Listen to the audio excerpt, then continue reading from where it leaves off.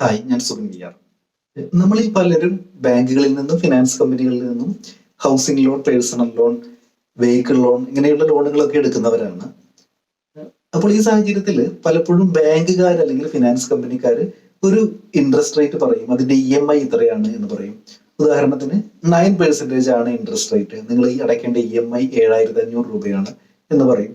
നമ്മളിൽ പലരും ഇതൊന്നും ചെക്ക് ചെയ്ത് നോക്കാറില്ല.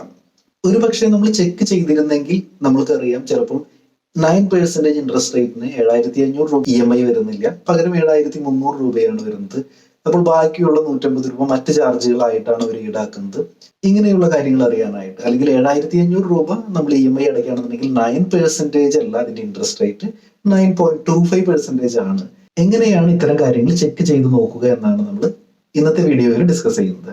അത് മാത്രമല്ല, നമ്മളിൽ പലരും മൊറോട്ടോറിയം ഒപ്റ്റ് ചെയ്തിട്ടുള്ള ആളുകളായിരിക്കാം. നിങ്ങളുടെ ലോണുകളുടെ EMI 3-4 EMIകൾ നിങ്ങൾ സ്കിപ്പ് ചെയ്തിട്ടുണ്ടായിരിക്കും.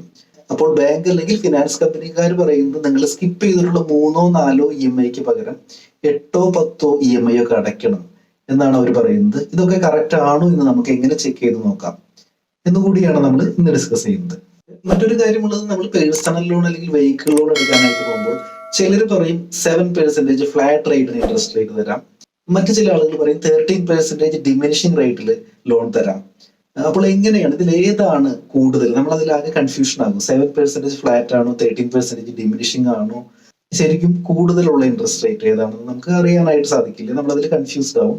അപ്പോൾ എങ്ങനെ നമ്മൾക്കത് കമ്പയർ ചെയ്യാനായിട്ട് സാധിക്കും എന്നുകൂടി നമ്മൾ ഇന്ന് ഡിസ്കസ് ചെയ്യുന്നുണ്ട്. മൈക്രോസോഫ്റ്റ് എക്സലിൽ ഗോൾ സീക്ക് എന്നുള്ള ഓപ്ഷൻ ഉപയോഗിച്ചുകൊണ്ടാണ് നമ്മളിത് ചെയ്യുന്നത്. വളരെ സിമ്പിൾ ആൻഡ് പവർഫുൾ ആയിട്ടുള്ള ഒരു ടൂളാണ് ഗോൾ സീക്ക്.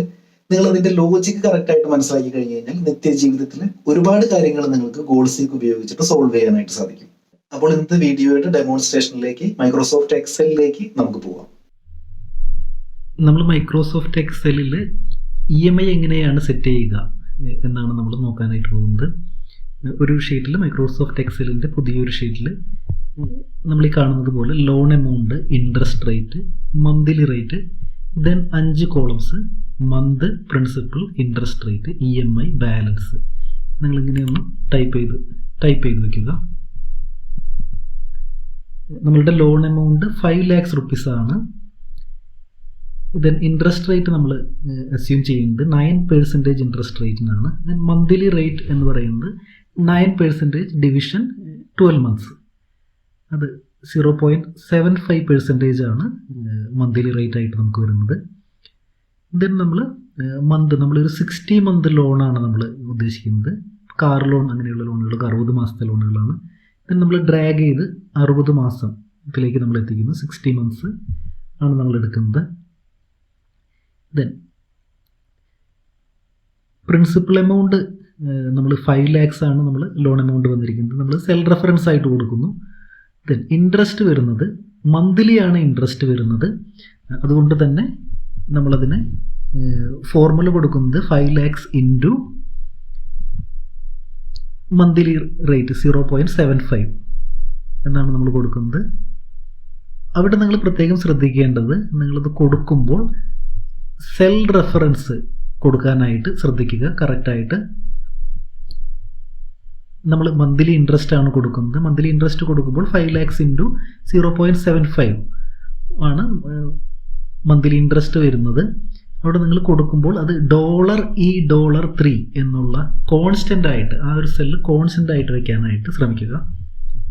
ദെൻ അതിന് ശേഷം നമ്മളിപ്പോൾ അസ്യൂം ചെയ്യുന്നത് നമ്മളുടെ EMI നമ്മളൊരു അസംഷനിലാണ് നമ്മൾ എടുക്കുന്നത്. നമ്മൾ 8,500 രൂപയാണ് EMI അസ്യൂം ചെയ്യുന്നത്. നമ്മളൊരു അസംഷൻ എടുക്കുകയാണ്. ഒരു ട്രയൽ ആൻഡ് എറർ മെത്തേഡിൽ കൂടിയാണ് നമ്മളത് പോകുന്നത്.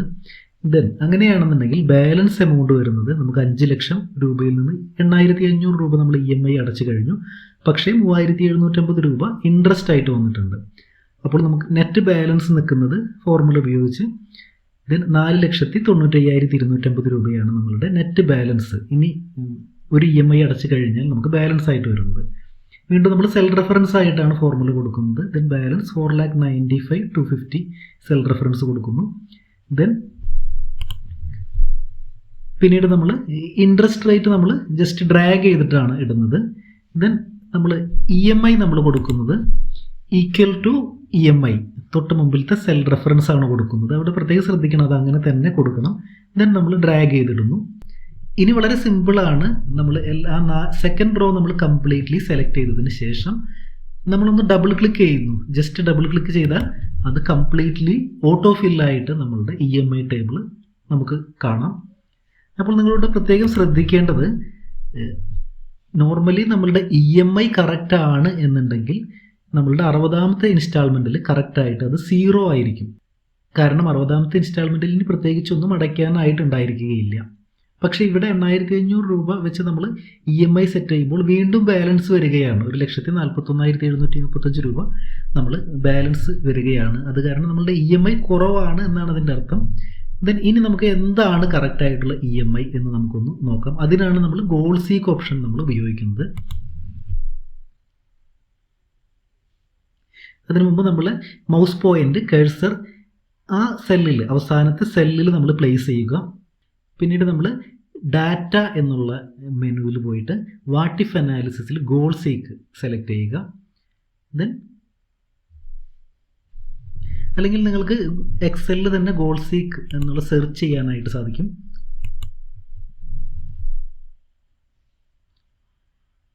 ഗോൾ സീക്ക് സെർച്ച് ചെയ്യുക. നമ്മളോട് ശ്രദ്ധിക്കേണ്ട കാര്യം, സെറ്റ് സെൽ എന്നുള്ളത് നമ്മളുടെ അവസാനത്തെ സെല്ലാണ്. 60ാമത്തെ ഇൻസ്റ്റാൾമെൻറ്റിൽ വരുന്ന ലോണിൻ്റെ ക്ലോസിംഗ് ബാലൻസ് ആണ് നമ്മളവിടെ സെറ്റ് സെൽ എന്നുള്ളത് G65 എന്നുള്ള സെല്ലാണ് നമ്മൾ കൊടുക്കേണ്ടത്. നമ്മളുടെ EMI കറക്റ്റ് ആണെന്നുണ്ടെങ്കിൽ അവസാനത്തെ ഇൻസ്റ്റാൾമെൻറ്റ് 0 ആയിരിക്കും. അതുകൊണ്ട് തന്നെ നമ്മൾ to value set cell G65 to value 0 എന്ന് കൊടുക്കുക. ബൈ ചേഞ്ചിങ് സെൽ എന്നുള്ള സ്ഥലത്ത് നമ്മളുടെ EMI ആണ് നമുക്ക് മാറ്റേണ്ടി വരുന്നത്. അപ്പോൾ നമ്മൾ ഫസ്റ്റ് ആദ്യം 8500 രൂപ എന്ന് നമ്മൾ EMI അടച്ചു വെച്ചിട്ടുണ്ട്. ആ EMI കോളമാണ് സെലക്ട് ചെയ്യേണ്ടത്.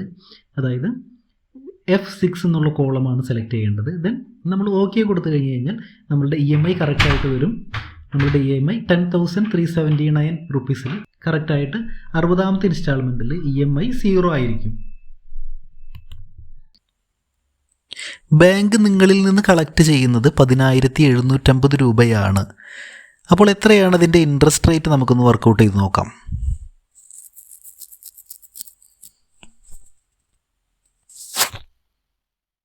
നമ്മളിപ്പോൾ കണ്ടു കഴിഞ്ഞത് ഒരു പർട്ടിക്കുലർ ഇൻട്രസ്റ്റ് റേറ്റ് തന്നു കഴിഞ്ഞാൽ എങ്ങനെയാണ് അതിൻ്റെ EMI കണ്ടെത്തുക എന്നുള്ളതാണ്. ഇത് നേരെ റിവേഴ്സ് നമുക്ക് വർക്കൗട്ട് ചെയ്യാനായിട്ട് സാധിക്കും. അതായത് നമ്മൾക്ക് EMI എത്രയാണ് എന്ന് നമ്മൾക്കറിയാം, അതിൻ്റെ ഇൻട്രസ്റ്റ് റേറ്റ് എങ്ങനെയാണ് വർക്കൗട്ട് ചെയ്യുക എന്നാണ് നമ്മൾ ഇനി കാണാനായിട്ട് പോകുന്നത്.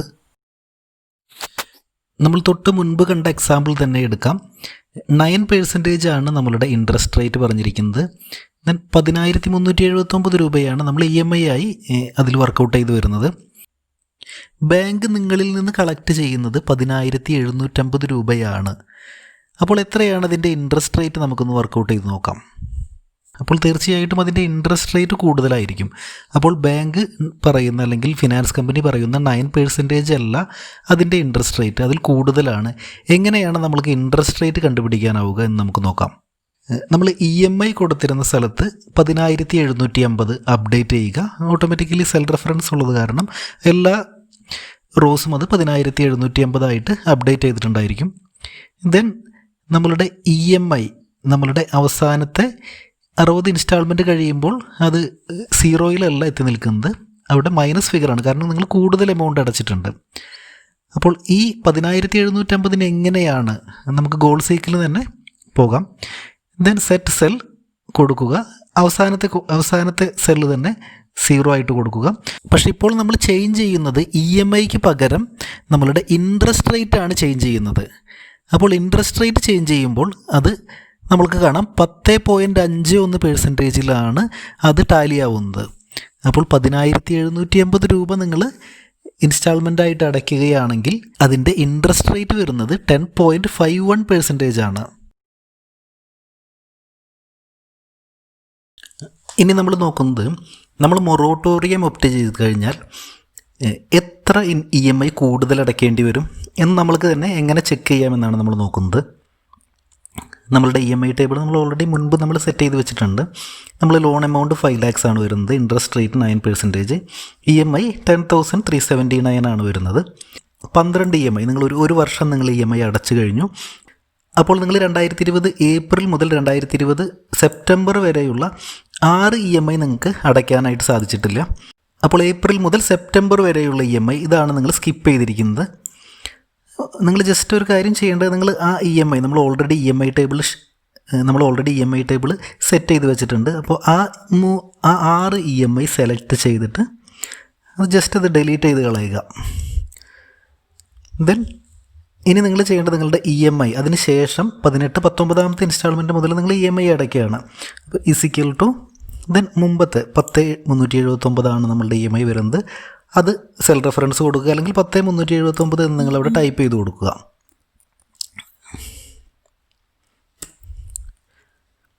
ദെൻ ഇനി നിങ്ങൾ നോക്കേണ്ടത്, നിങ്ങൾ താഴേക്ക് നോക്കുക. 60ാമത്തെ ഇൻസ്റ്റാൾമെൻറ്റിൽ നമ്മളുടെ EMI അടഞ്ഞു കഴിഞ്ഞിരുന്നതാണ്. പക്ഷേ 60ാമത്തെ ഇൻസ്റ്റാൾമെൻറ്റിലും ഇവിടെ EMI ഇവിടെ തീർന്നു പോയിട്ടില്ല. അപ്പോൾ ഇനിയും ബാലൻസ് നിൽക്കുന്നുണ്ട്, 86,000 രൂപയോളം ബാലൻസ് നിൽക്കുന്നുണ്ട്. നിങ്ങളുടെ 60 EMI കഴിഞ്ഞ് നിങ്ങൾ കുറച്ചുകൂടി ഒന്ന് ഡ്രാഗ് ചെയ്തൊരു 73 EMI കൂടി ഇടുക. ദെൻ അതിന് ശേഷം നിങ്ങൾ സെലക്ട് ചെയ്തിട്ട്, നിങ്ങൾ അവസാനത്തെ റോ സെലക്ട് ചെയ്ത് ജസ്റ്റ് ഡബിൾ ക്ലിക്ക് ചെയ്തിട്ടാൽ മതി. ഇപ്പോൾ നിങ്ങൾക്ക് കാണാൻ കഴിയും നിങ്ങളുടെ 69ാമത്തെ EMI അടച്ചു കഴിയുമ്പോഴാണ് ഇത് മൈനസിലേക്ക് പോകുന്നത്. അപ്പോൾ 69 EMI വരെ നിങ്ങൾ അടയ്ക്കേണ്ടതുണ്ട്. അപ്പോൾ 60 EMIക്ക് പകരം നിങ്ങൾ അഡീഷണലായിട്ട് 9 EMI കൂടി നിങ്ങൾ അടയ്ക്കേണ്ടതായിട്ട് വരും. അതിലൊരു കാര്യം ശ്രദ്ധിക്കേണ്ടത്, 6 EMI നിങ്ങൾ ഓൾറെഡി സ്കിപ്പ് ചെയ്തതാണ്. അപ്പോൾ നിങ്ങൾക്ക് അഡീഷണലായിട്ട് അടയ്ക്കേണ്ടി വരുന്നത് 3 EMI മാത്രമാണ്. അപ്പോൾ ഇവിടെ നമ്മൾക്ക് കാണാൻ കഴിഞ്ഞത്, നിങ്ങൾ 6 EMI സ്കിപ്പ് ചെയ്ത് കഴിഞ്ഞപ്പോൾ നിങ്ങൾക്ക് അഡീഷണലായിട്ട് അടയ്ക്കേണ്ടി വന്നത് 3 EMI മാത്രമാണ്. അപ്പോൾ നിങ്ങൾക്കിത് സ്വയം ചെക്ക് ചെയ്യാവുന്നതേ ഉള്ളൂ. നിങ്ങളുടെ ഫിനാൻസ് കമ്പനിക്കാർ പറയുന്നത് കണ്ണടച്ച് വിശ്വസിക്കേണ്ട കാര്യമില്ല, നിങ്ങൾക്കിത് പ്രൂവ് ചെയ്യാവുന്നതേ ഉള്ളൂ. അപ്പോൾ ഇങ്ങനെയാണ് നിങ്ങൾ അഡീഷണലി എത്ര EMI അടയ്ക്കേണ്ടി വരുമെന്ന് നമുക്ക് ചെക്ക് ചെയ്ത് നോക്കാവുന്നതാണ്. നമ്മളിനി നോക്കുന്നത് ഫ്ലാറ്റ് റേറ്റ്, ഡിമിനിഷിങ് റേറ്റ്, ഇതിൽ ഏതാണ് നമുക്ക് സ്യൂട്ടബിളായിട്ട് വരുന്നത് എന്നാണ് നമ്മളിനി ചെക്ക് ചെയ്യുന്നത്. നമ്മളുടെ ഇവിടുത്തെ എക്സാമ്പിളിൽ ഫ്ലാറ്റ് റേറ്റിന് നമുക്ക് ലോൺ തരാനായിട്ട്, പേഴ്സണൽ ലോണാണ് നമ്മൾ നോക്കുന്നത്. നമ്മളൊരു 3 lakhs rupees ലോൺ എടുക്കാനായിട്ട് ഉദ്ദേശിക്കുകയാണ്. അപ്പോൾ അതിൽ ഒരാൾ പറയുന്നത് 8% നമുക്ക് ഫ്ലാറ്റ് റേറ്റിന് തരാം. വേറൊരു ബാങ്ക് അല്ലെങ്കിൽ ഫിനാൻസ് കമ്പനി പറയുന്നത് 13% ഡിമിനിഷിങ് റേറ്റിന് തരാം. ഇതിൽ ഏതാണ് ബെനിഫിഷ്യൽ ആയിട്ടുള്ള, ഏതാണ് ഒരു റിയലിസ്റ്റിക് ആയിട്ട് കുറവുള്ള ഇൻട്രസ്റ്റ് റേറ്റ് ഏതാണ് എന്ന് നമ്മൾ എങ്ങനെയാണ് കണ്ടുപിടിക്കുക എന്നാണ് നമ്മൾ ഇനി ചെക്ക് ചെയ്യുന്നത്. ഏത് റേറ്റിലാണ് 8% ഫ്ലാറ്റ് റേറ്റ്, ഏത് ഡിമിനിഷിങ് റേറ്റിലാണ് ടാലി ആവുന്നത് എന്നുകൂടി നമുക്ക് നോക്കാം. അപ്പോൾ നമ്മുടെ ലോൺ എമൗണ്ട് വരുന്നത് 3 lakhs rupees ആണ്. ഇൻട്രസ്റ്റ് റേറ്റ്, നമ്മൾ ഫ്ലാറ്റ് ഇൻട്രസ്റ്റ് റേറ്റ് നമ്മൾ 8% ആണ്. നമ്മൾ 8% കൊടുത്തിട്ടുണ്ട്, സെൽ റെഫറൻസ് കൊടുക്കുന്നു. ദെൻ 1 year ഇൻട്രസ്റ്റ് എന്ന് പറയുന്നത് 3 lakhs into 8%. 24,000 rupees ആണ് 1 year ഇൻട്രസ്റ്റ് വരുന്നത്. അപ്പോൾ ഫ്ലാറ്റ് റേറ്റിൽ EMI നമ്മൾ വർക്കൗട്ട് ചെയ്യുന്നത്, നമ്മൾ പൈസ അടച്ചാൽ പോലും, ഇപ്പോൾ നമ്മൾ EMI അടയ്ക്കുകയാണെങ്കിൽ അത് പ്രിൻസിപ്പളിലേക്ക് അതിൻ്റെ ഒരു ബെനിഫിറ്റ് നമുക്ക് കിട്ടില്ല. നമ്മൾ ഫ്ലാറ്റായിട്ട് റേറ്റാണ് ചാർജ് ചെയ്യുന്നത്. അതായത് നമ്മൾ പൈസ അടയ്ക്കുന്നത് ഇതിൻ്റെ ബെനിഫിറ്റ് നമുക്ക് കിട്ടില്ല ഫ്ലാറ്റ് റേറ്റിൽ.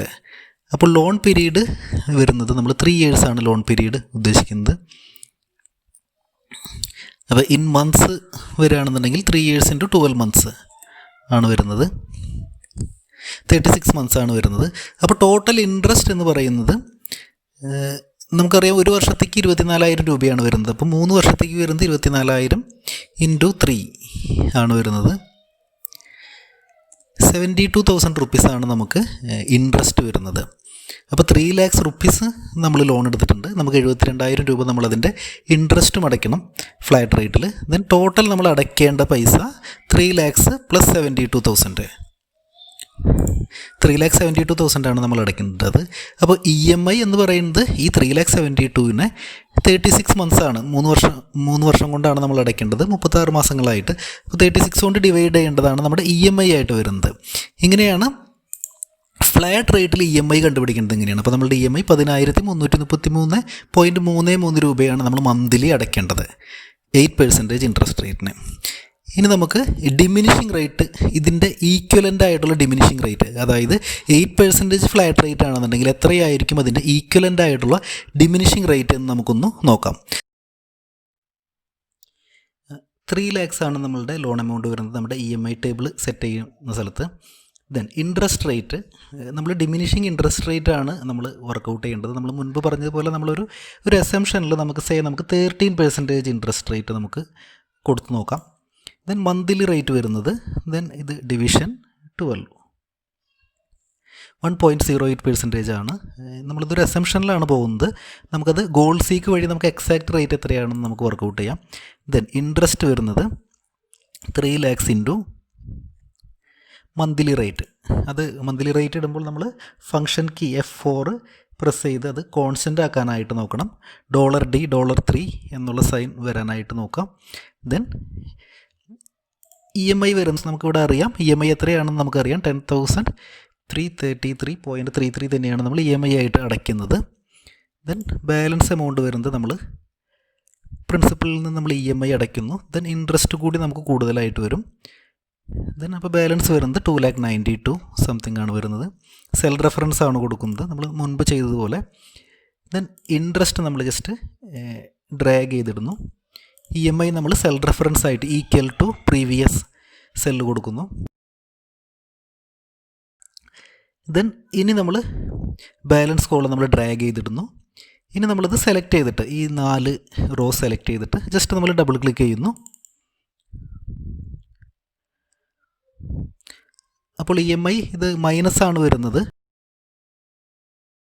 ഇത് നമുക്ക് 0 ആക്കാനായിട്ട് നമുക്കറിയാം, നമ്മൾ ഗോൾ സീക്ക് ഓപ്ഷൻ നമ്മൾ സെലക്ട് ചെയ്താൽ മതി.